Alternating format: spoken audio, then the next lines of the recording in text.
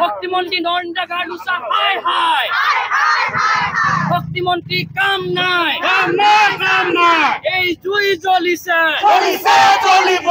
আমাৰ লগত চুপ আমাৰ লগত চুপ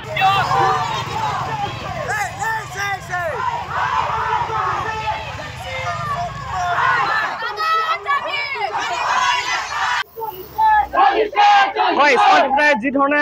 সাধাৰণ জনতাক জ্বলা কৰা হৈছে তেনে সময়তে আচলতে এই যি অসম জুৰি যি বিভিন্ন ঠাইত প্ৰতিবাদী কাৰ্যসূচী হাতত লৈছে বিভিন্ন ছাত্ৰ সংগঠনৰ লগতে অসমৰ যি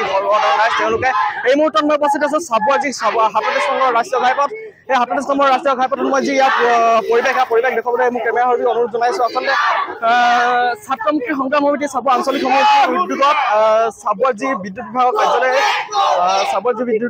কাৰ্যালয়ৰ অভিমুখে তেওঁলোকে বিশাল প্ৰতিবাদী সমদল আগবঢ়াইছে মই পোনে ইয়াৰ যি সমগ্ৰ পৰিৱেশ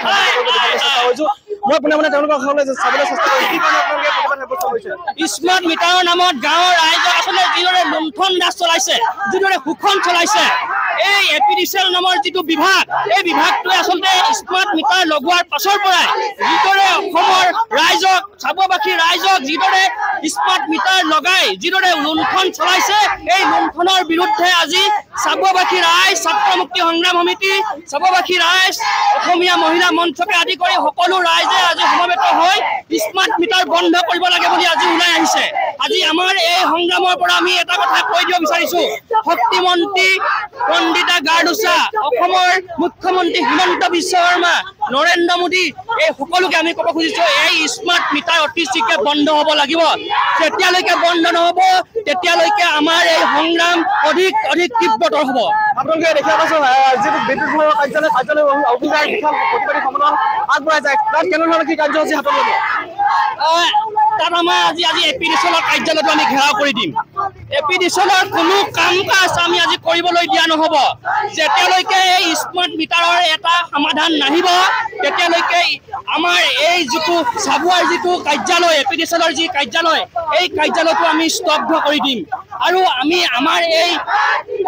এই যিটো দাবী এই দাবীটো যেতিয়ালৈকে মানি নল'ব তেতিয়ালৈকে আমাৰ এই সংগ্ৰাম চলি থাকিব হয় নিশ্চয়কৈ মই চাবুৱাৰ যি ৩৭ নম্বৰ ৰাষ্ট্ৰীয় ঘাইপথৰ পৰিৱেশ দেখুৱাইছো এনেদৰে আচলতে স্মাৰ্ট মিটাৰৰ বিৰুদ্ধে জনতাক লুণ্ঠন কৰা স্মাৰ্ট মিটাৰ বন্ধ কৰা বিদ্যুৎ মাচুল হ্ৰাস কৰা আৰু সমান্তৰালকৈ নিয়মীয়া যিটো বিদ্যুৎ সেৱা সেই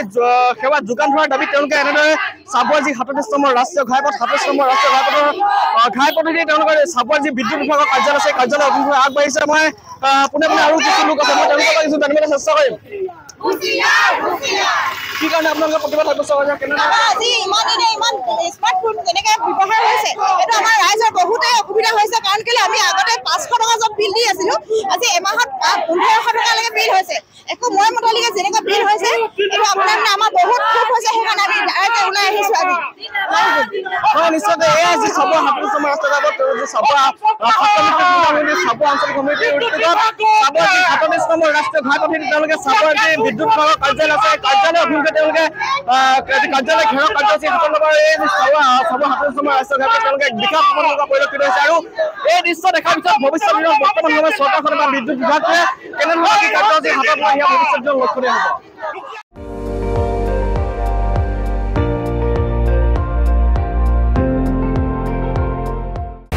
আপুনি চাই আছে ND24 সৰ্বশ্ৰেষ্ঠ নহয় সৰ্বোত্তমৰ দৌৰ